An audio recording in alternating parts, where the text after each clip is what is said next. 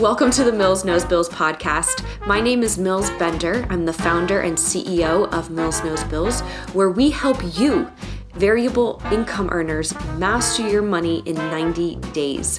The point of this podcast is to help you make the most of your fluctuating income so you can stop living paycheck to paycheck, pay off your debt twice as fast, and get on track toward reaching both your personal and professional financial goals. Now, as I continue to grow my team here at MKB, you may have some guest hosts from time to time. However, our goal does not change. Whether we're bringing in a guest speaker, having an in-depth conversation about our personal finances, or talking about a topic that is of interest to you, our goal is to help you master your money. Hi, everyone, and welcome back to another episode of the Mills Knows Bills podcast, where we answer your burning financial questions. I'm your host, as well as the founder and CEO, Mills Bender. And with us today, we have the amazing Zach Sasser, who honestly, it's been quite overdue to get him on the show. We've known each other for about a year and a half now. I'm really excited to have him on here because we have an awesome question teed up. So Zach, tell everybody a little bit about yourself, and then we'll get into your burning financial question. Of course, yes. Thank you so much, Mills. For those of you that don't know me, my name is Zach Sasser. They call me the young closer. And Mills is 100% right. This is extremely overdue. I have known you for a year and a half. So it's a pleasure to be on here, and I'm super excited for the question. So before the question, a little bit about me. For those of you that don't know me, my name's Zach. The reason I know Mills is because I work for a business association that Mills is a part of. So I work for this guy named Ryan Stewman. He has this Apex program where we have a business network, but then also a coaching program. And that's how I met Mills, probably about a year and a half ago. So spot on. And basically what I do is, obviously, I make sales, but more times than not, I spend my time being surrounded by extremely successful business owners that are a part of our Apex program. So these are people running 7, 8, 9, even a couple 10-figure business owners in this group. And when I'm around these people, I just shut up. I just don't. And I just feel, Ryan always said, well, you're quiet, like you're shy, you're introverted. And I am introverted, but I'm not shy by any means. Like I love talking. I know. When you're in those rooms, you just want to be quiet. You want to soak it up, because if you want to get to where they're at, usually people always say you have 2 ears and one mouth for a reason. So I'm just soaking that stuff up. So my question, okay. So on top of I listen in those rooms. So not only do I build businesses and invest my money, I just went under contract on my 4th property as well. So that's where this question comes in, is because I'm always looking at cash flow and equity and all sorts of stuff like that, investments. So my question for you, Mills, when would you recommend somebody start prioritizing cash flow over more appreciation and equity growth in their investment journey, in terms of, I could invest in this market over here and the cash flow is a lot better, but over here, the appreciation is a lot better. When would you start kind of switching that? How would you balance that? Like, what would that look like for you? That's an awesome question. Before I answer it, I will say, yes, I am very much like you, where I go to those rooms and I shut up, because it is a great opportunity to learn. And, I love being in rooms where I feel uncomfortable, so I continue to grow and learn and be surrounded with people who are far smarter and more successful than I. So I definitely relate to you in that regard. In terms of your question, cash flow versus appreciation, I think the first thing that you would need to do is identify what is your biggest priority. Are you wanting something that you can hold for a long time, or are you wanting something that does give you cash flow often? Typically, when you are investing in something like real estate, which I know that's your priority right now, you're going to do a little bit of both, but you get to start seeing the rewards of the cash flow side sooner than you would in comparison to maybe building a business and getting distributions from that business, or investing in the stock market and getting lumps of dividends, right? Not just a few dollars here and there. So in terms of what I would suggest somebody to do is set a goal for that cash flow first. Robert Kiyosaki says it very, very well, the Rich Dad, Poor Dad author. You are rich when you have passive income covering your mandatory expenses. You are even more rich when you have that passive income covering your mandatory and your luxury or extra items. So anytime I sit down with a new business owner, the first thing I do is figure out how much their mandatory expenses are each month. If that's $3,000 a month for you and you want to be rich, the path of least resistance is to build an investment structure that's going to give you $3,000 a month in cash flow as soon as possible. The appreciation side, in my opinion, is something that comes as gravy. And the reason why I always encourage people to build out that passive income stream, whether it's real estate, dividends, distribution in a business, whatever it may be, is because we live in a society, an economy that actually taxes passive income far less than active income, active being W-2.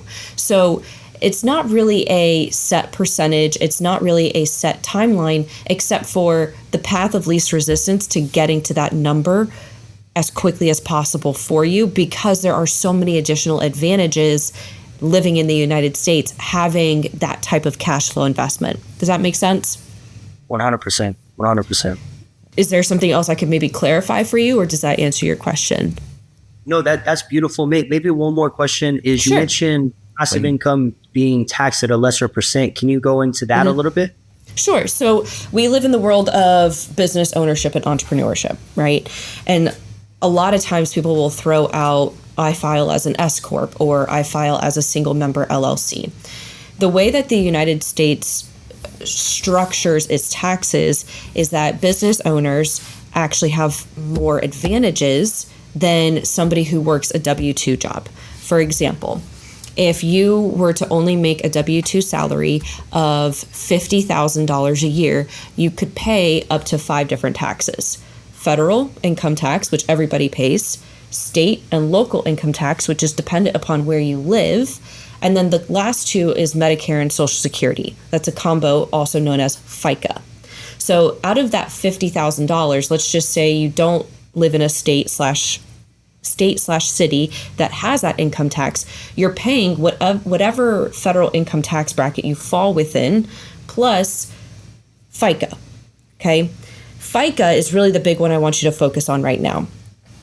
Every person should be paying 15.3% total towards FICA based off of their active or W-2 income. When you work for somebody else, half of that is paid by your employer and the other half is paid by you, 7.65% respectively, okay? When you are a business owner, especially a newer business owner who's filing as a sole proprietor or single member LLC, you pay the full 15.3% FICA on your profit because you are both the employer and the employee. Are you with me so far? 100%. Okay. When you start filing as an S Corp, you are separating your business from your personal, which means that $50,000 profit could be split between W-2 income versus a K-1 distribution, active versus passive. The passive income, you still pay the federal, sometimes state and local, but you do not pay the 15.3% FICA because it's not considered active income. It's considered passive income in form of a distribution. So when you have investments, in this example, a business that's able to give you cash flow outside of a salary, you are saving on taxes. Does that give you a little bit more clarity?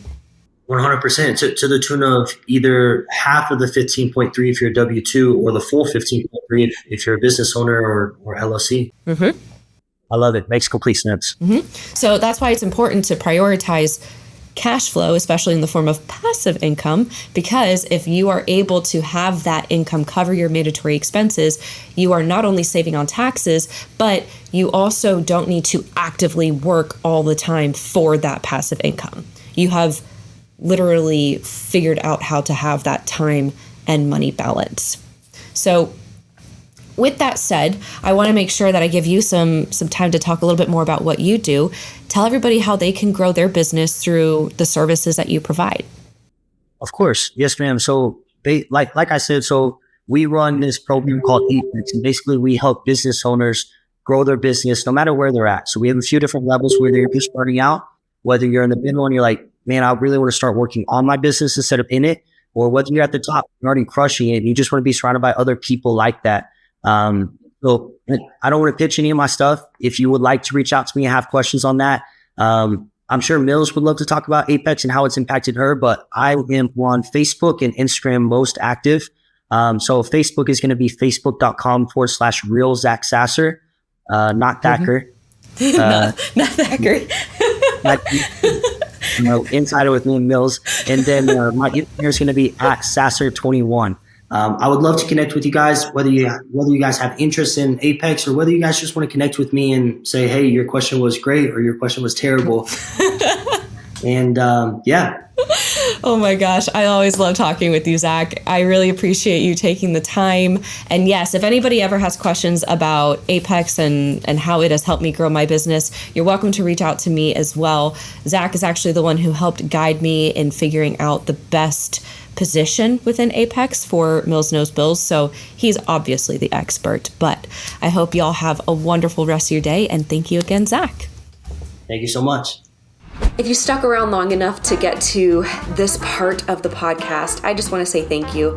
We really appreciate the fact that you take the time to listen to the content in its entirety, because we do pour our hearts and soul into every single piece of content we let out. So thank you for being here. I want to let you know that if you're in a space where you're trying to level up your finances, you can always snag some free resources on our YouTube channel, Instagram. You're always welcome to email us at info@millsknowsbills.com. And if you're interested in taking part of any of our coaching programs or courses, be sure to mention our podcast to get a special discount, okay? We want to make sure that you are making the most of your financial investment. Again, I am your host, Mills Bender, founder and CEO of Mills Knows Bills. Thank you so much for listening. And just because I gotta, here's a quick little disclaimer. I want to remind you that this podcast is strictly discussion, okay? It's general, it's educational in nature. We don't provide any specific tax, investment, legal, or financial advice on this podcast with respect to any particular individual, okay? So if you're in a situation where you need specific help, please consult your own advisor regarding your unique situation, because it's not a one-size-fits-all.